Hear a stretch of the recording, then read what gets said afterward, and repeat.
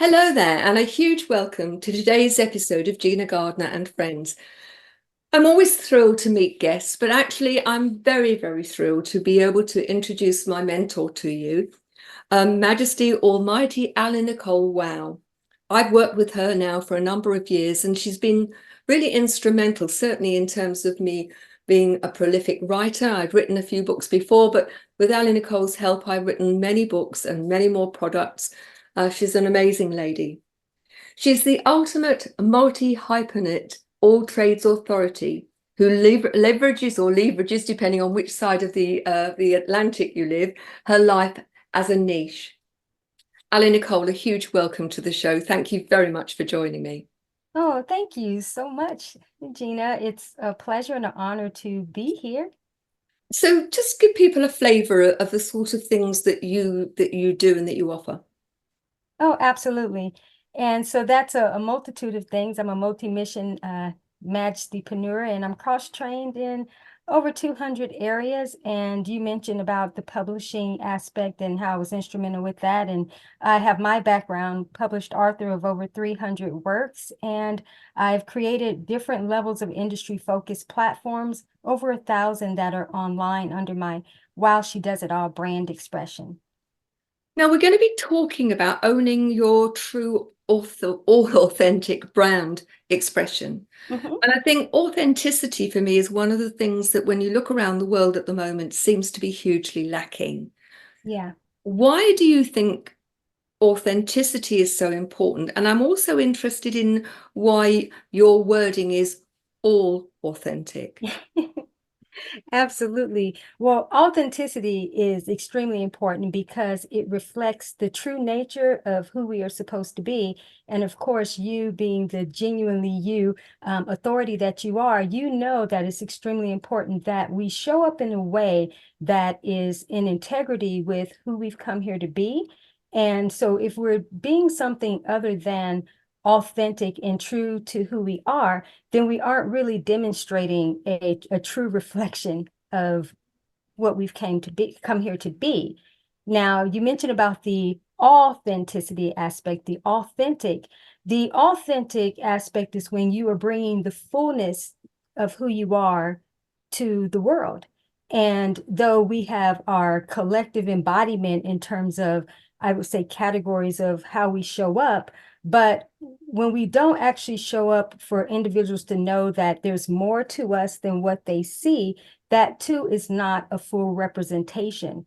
So when we bring the allness of who we are, that's an authentic expression. Now, Gina, does that mean that every category of who we are is always constantly present with individuals that they see those different aspects? No, not necessarily, because they won't necessarily need to.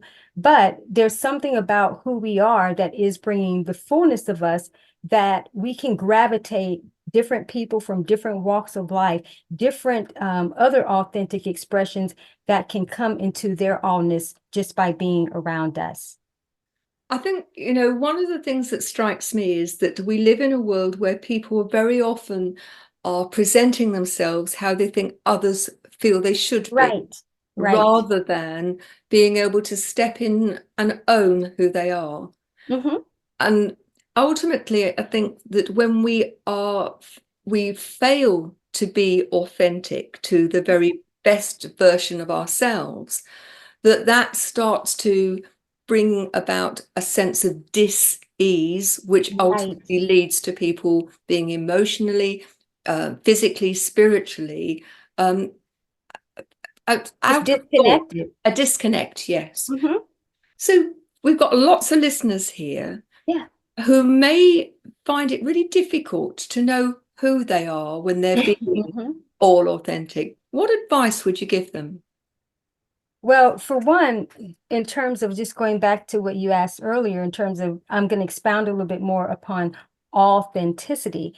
And as I mentioned, it's not so much about everyone seeing all these different versions of you. It's just that, are you able to step into those different functionalities as experiences come to you? Can you just be in your way of beingness?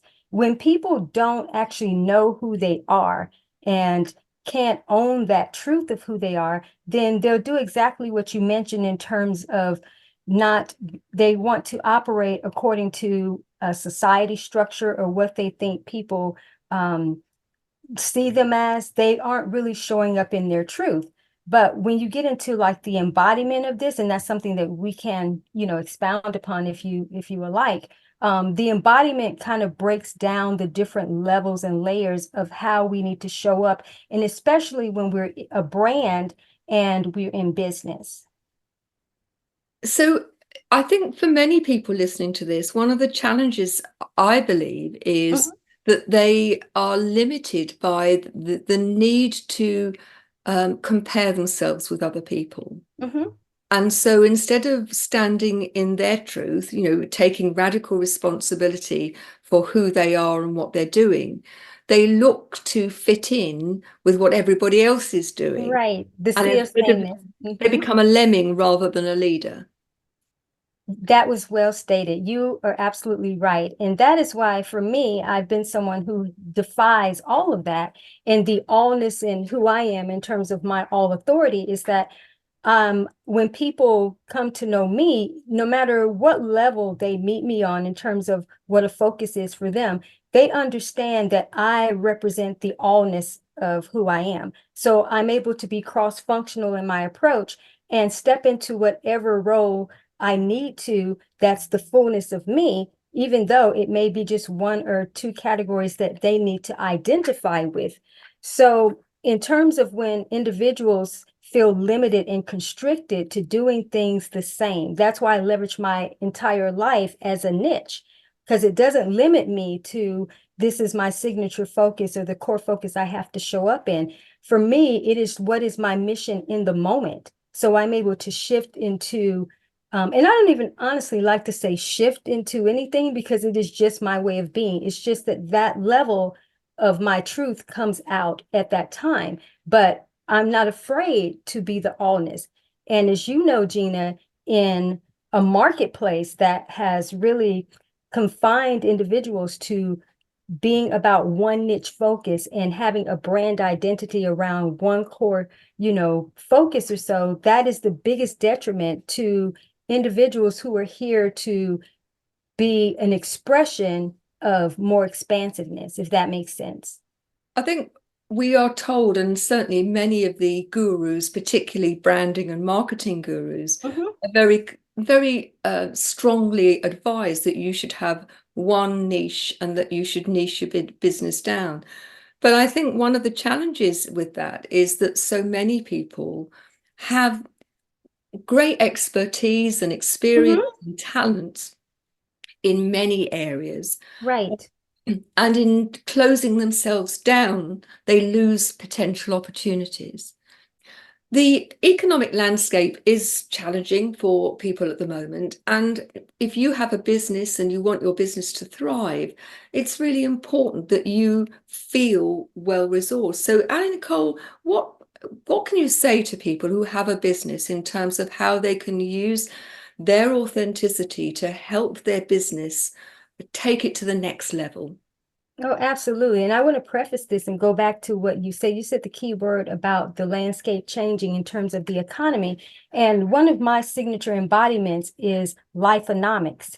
And so when you're leveraging your life as an economy, you can pull from different areas of not just your signature expertise, so to speak, but different areas of your life that you can begin to produce, whether it's content or products for different individuals that are in those specific groups, and be able to step outside of what you normally do and then start to share your wealth of knowledge and whatever you provide. That's a way that people can make an impact and an income. It's in a very unconventional way, but we are in an era where you're really going to have to go from innovation to innovation on a completely different level.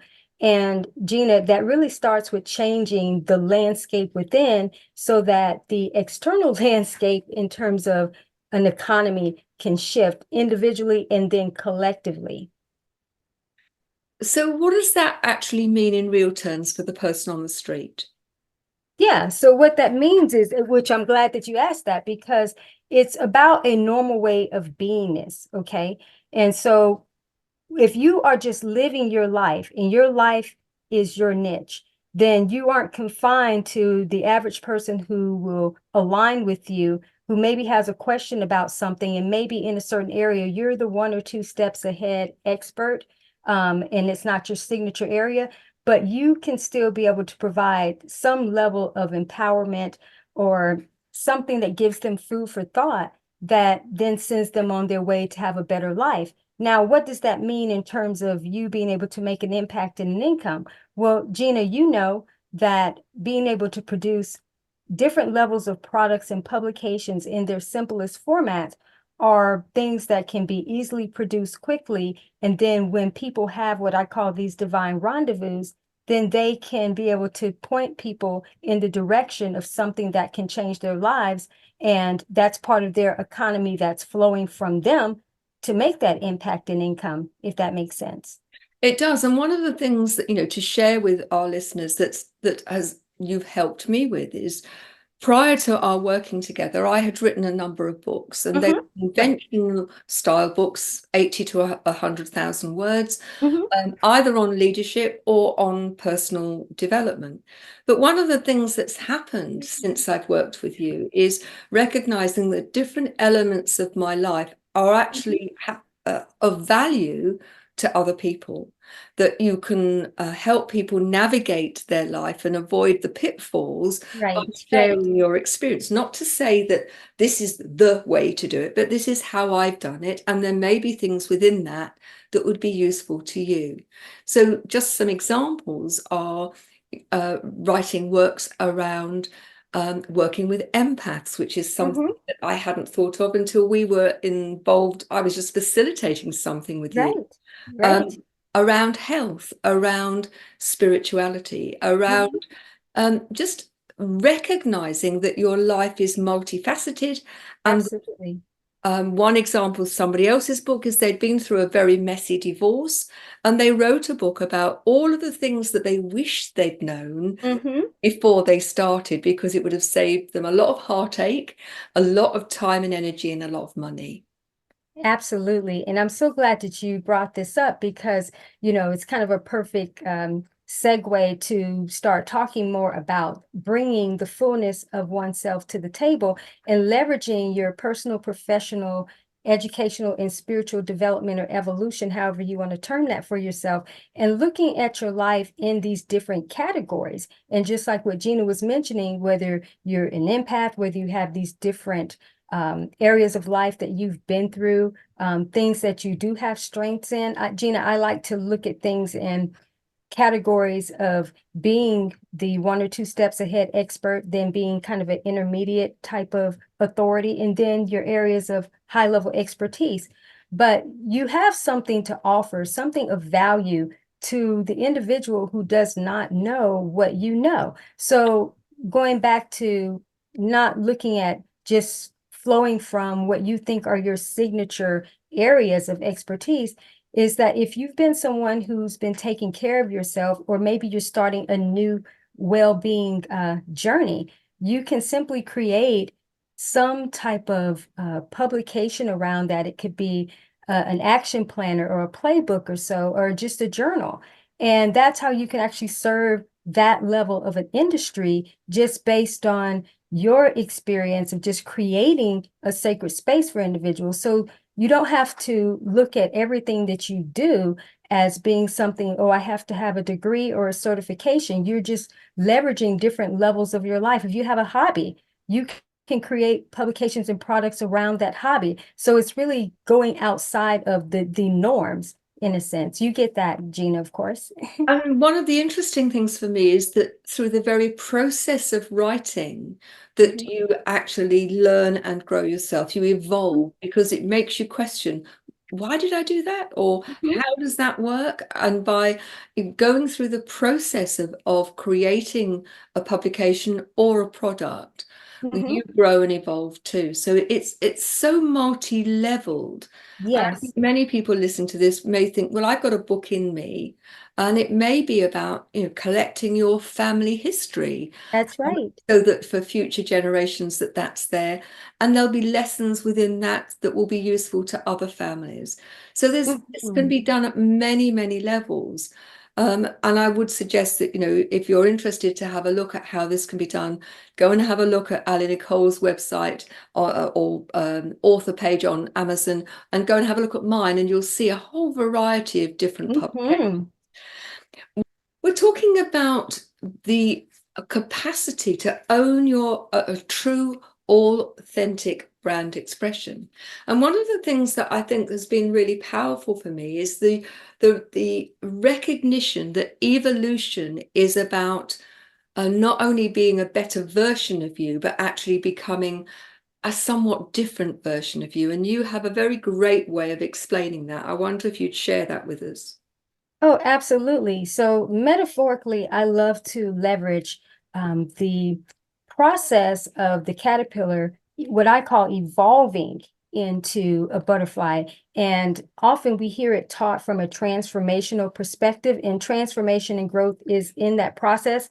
But from a human butterfly perspective, it is really an evolutionary process of becoming something that's different, a new creation, because that's what a caterpillar does. It doesn't become a bigger caterpillar. It breaks down and it starts to shed away an old identity so that it can now take on a new embodiment and be recoded into this new expression. So what does this mean for individuals who are brands and they're in business, so to speak, is that you have to be able to see yourself in a multi-dimensional way. That's part of your new creation format, if you will, in terms of business, or just your mission. And that's going to allow you to be multifaceted. It's going to allow you to showcase these different levels of who you've come to be. And Gina, the reason why that's so important is because the constriction and the confinement is people not being able to really own their truth, not being able to evolve, not just with the marketplace, but evolve themselves into being more than what a framework or a template, has told them to be. So if you don't mind, can we talk a little bit before wrapping up? Can we talk a little bit about um, really the true ownership of the authentic brand expression and kind of what that entails? Absolutely, go for it. All right. Now, was there anything else that you wanted me to expound upon in terms of the evolution with the transformation, evolutionary aspect of the caterpillar to the butterfly? I want to make sure that I I answer suppose what. the thing that I would add to that Mhm. is that there are many people who think that being just a better doing things better within the context of where they are is going to be enough. And I would suggest that ultimately we are moving into a completely different landscape. And Absolutely. whilst doing things better, harder, more frequently may in the short term bring you greater success, I think all of us have got to be so flexible and able to really expand and shift what we do, because the thinking that got us to this place is not going to be the thinking that gets us out of it. And ultimately, we're going to have to do things very differently. So it's not about more of the same. It's about how can we operate in a different way that will take us into the next level and the next level and the next level. Absolutely. And that's what true metamorphosis does, is it allows us to be malleable. It allows us to come unformed and then reform into what we need to be, morphing, if you will, into what we need to be in the moment. Yeah. And we're not here to be a new and improved version. That's what the marketplace and the world at large has been giving to us for so long, these different templates. And if we don't become a new creation versus a new and improved version of something, then ultimately things are going to stay the same. And that just can't be. And that's why the breakdown is happening, so that individuals can come into this true expression. And that is to do multiple things. I mean, that's really what people have been crying and longing for, is to be able to have a multifaceted expression, but the confinement of the templates are saying, no, you can't do that, or you have to do this one signature thing and then come and do, you can start adding other things. That typically doesn't work. You typically out the gate need to be the embodiment of the fullness of who you are. So I'll get into that, Gina, and kind of talk through that quickly, and then we can have dialogue around that before closing out. So should I jump into that? Yes, do. Okay. Well, well, in terms of the ownership aspect, I want everyone to imagine that they are this affluent embodiment. And affluent is being holistic. It's not just about luxury and money. It is the full embodiment of your truth, which is a high level, authentic expression. And I'm going to talk about that in just a moment on a different level. But the ownership is you, it's your opulent, wealthy now way of brand beingness. So when you step into the marketplace, you don't have to necessarily tell people that you do all these things, but what it is what you're giving off does represent someone who's able to step into these different functionalities. So Gina, if you're bringing the fullness of who you are to the table and you're owning that, you can't help but be opulent and wealthy, right? Ultimately, I think that by being the biggest version of ourselves, that you open the doors to so many possibilities, that being having an abundance within your life is Absolutely. Because you are that. You are abundance. And it's interesting because my first publication was called Abundance. You Are It, Inner Game Mastery for Emerging Leaders. And so we are the embodiment of that. So within the authentic expression, I have what I call the Trinity of affluent authenticity. And it's basically for brand and empire embodiment. And so in terms of the shifting and changing, like what you mentioned, the economic landscape, and then not being able to get caught up in the sea of sameness that we see out there in the marketplace. Three levels of embodiment that I take on and teach from is that you first have to embody a multi-mission entrepreneurial brand expression. And a brand expression is different than just a traditional brand. It's you being able to express different levels of who you are and not be confined to just being boxed in. So basically, Gina, in a nutshell, people have to understand that you're here for more than just one purpose and calling. And being in a state of awareness of never being boxed into one brand identity or just using one signature level of your gift. You're here to be more than that. The third one, or second one, I should say, is the embodying the total empire of you. You have to see yourself as an empire because this allows you to operate from a holistic empire state of mind and beingness as a brand and as a business. So this is key because you don't want to cut yourself off by just confining yourself to just a singular focus, so to speak. And then the last one, Gina, the third one is embodying your authentic new high-end, what I call multi-trades wow factor, and that reflects your wealthy, opulent works. And this is what you display in the marketplace. So these embodiments are key because you can't really move forward in being the allness of who you are if it's not embodied as a way of being. And that's something I've been able to do throughout the years is I'm the walking, living truth of that embodiment because that's why I'm Majesty Almighty, because I bring my allness to the table in a very unique and divine way, but it is the embodiment of all of what I mentioned. I'm afraid we've run out of time. So where can people find you? If they want to find out more, find your resources, where can they go and look? They can go to wowshedoesitall.com and alinicolewow.com. Brilliant. Thank you very much. So it just remains for me to say a huge thank you, AliNicole, for being on the show. Thank you for listening. Bye-bye now.